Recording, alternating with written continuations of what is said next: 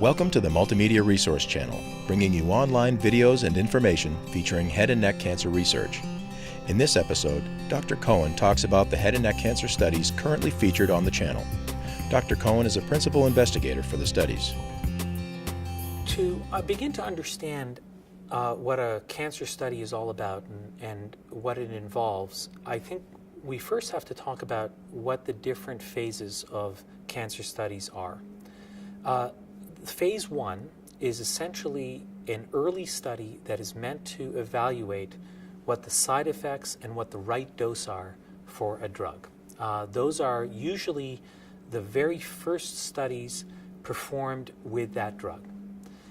Once we determine what the dose is and what the safety of the drug is, we'll then go on to do what we call phase 2 studies.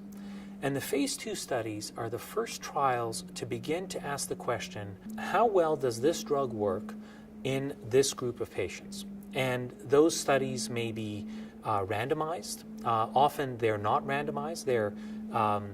The patient knows what they're getting, their doctor knows what they're getting, and there's no separation into groups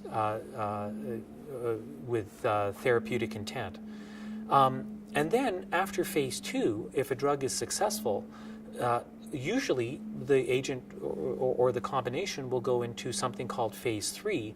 And phase 3 begins to ask, well, does this drug or does this combination have a benefit for this patient group? Does it improve their survival? Does it improve their quality of life? Or some sort of objective parameter that can demonstrate when we use this drug, patients are benefiting. Thanks for visiting the Multimedia Resource Channel and for supporting head and neck cancer research. Don't forget to follow HNC Research on Twitter and like HNC Research on Facebook. Or to see if you may be eligible to participate in a featured head and neck cancer study, visit hncstudies.com. Check back soon for more information, tips, and videos for people with throat, mouth, and nose cancer.